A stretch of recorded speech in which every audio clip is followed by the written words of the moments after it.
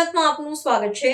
જાફરાબાદ પંથકમાં કેન્દ્ર સરકાર દ્વારા રજૂ કરાયેલ બજેટને આવકારાયું। કેન્દ્ર સરકાર દ્વારા 2026-27 નું રજૂ કરાયેલ બજેટને દરિયાકાંઠાના મત્સ્ય ઉદ્યોગોએ આવકારતા માછીમારો।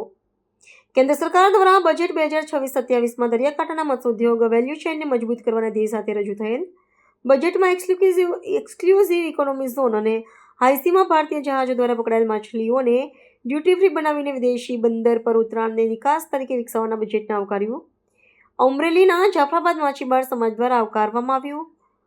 2530 કરોડની યોજના આધારિત હસ્તક્ષેપો માટે ફાળવવામાં મત્સ્યપાલકોને સંપદા યોજના 2500 કરોડની ફાળવણી મત્સ્ય ઉદ્યોગ વિકાસની કેન્દ્રીય સ્તંભ બનતા માછીમારોએ આવકારી। જાફરાબાદ કોળી સમાજ બોટેશનના પ્રમુખ હમીરભાઈ સોલંકી અમરેલી જિલ્લામાંથી વાત કરું છું।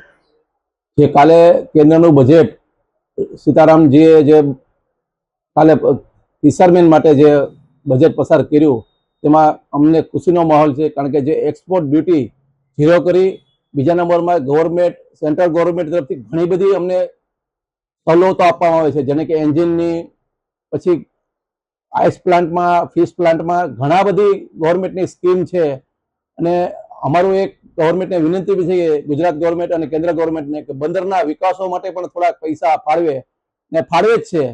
એટલે આવું જે બજેટની અંદર જે અમારા ફિશરમેનનું પણ ગવર્મેન્ટ ધ્યાન રાખે છે, એટલે અમે ગવર્મેન્ટ, કેન્દ્રની ગવર્મેન્ટ અને ગુજરાત ગવર્મેન્ટના શ્રી મોદી સાહેબ અને અમારા ભૂપેન્દ્ર પટેલ સાહેબ અને અમારા રાજ્ય કક્ષાના મંત્રી પરસોત્તમભાઈ સોલંકી અને અમારા બધાનો અમે આભાર માનીએ છીએ।